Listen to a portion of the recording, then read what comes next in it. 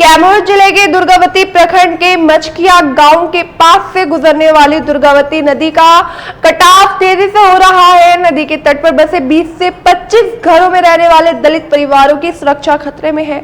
बरसात के महीनों में नदी उफान पर आने से मिट्टी का कटाव शुरू हो जाता है, जिससे कई घर प्रतिवर्ष खतरे में रहते हैं। ग्रामीणों ने जिला पदाधिकारी और दुर्गावती सीओ को आवेदन देकर मदद मांगी है, लेकिन विभाग की ओर से अभी तक कोई कार्रवाई नहीं हुई। समाज सेवी अरविंद सिंह ने बताया कि नदी का प्रचंड रूप दलित और अति पिछड़े वर्ग के घरों को लगातार प्रभावित कर रहा है। इस बार भी कटाव की स्थिति गंभीर है और कई घर बेघर होने की कगार पर है।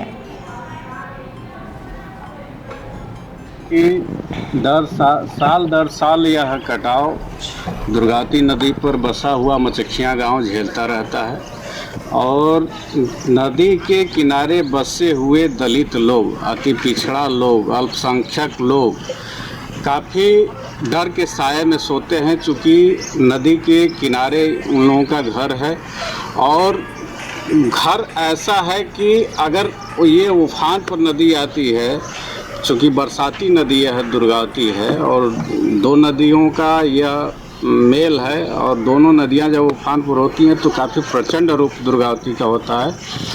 तो डर के साए में सोते हैं और कीड़ा है, बिच्छी है, तमाम तरह की जो अटकलें हैं उससे जूझते रहते हैं किनारे बसे हुए लोग।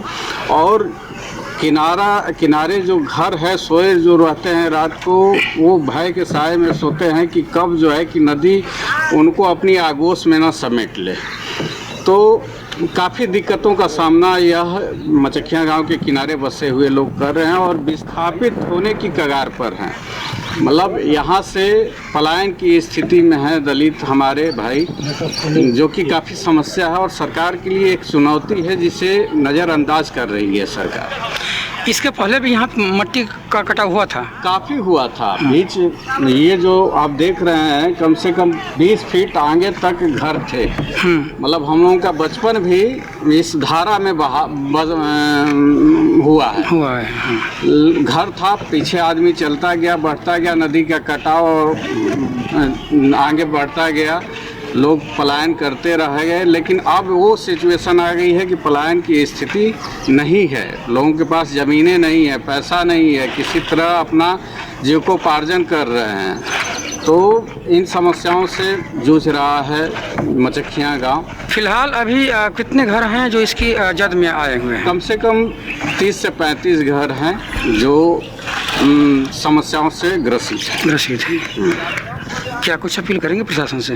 अपील यही है सरकार से कि इन ग्रामीणों की चुनौतियों को नज़रअंदाज न करे और उचित कार्रवाई करते हुए इन्हें विस्थापित होने के लिए ज़मीन का प्रबंध करे और नहीं तो बॉर्डर का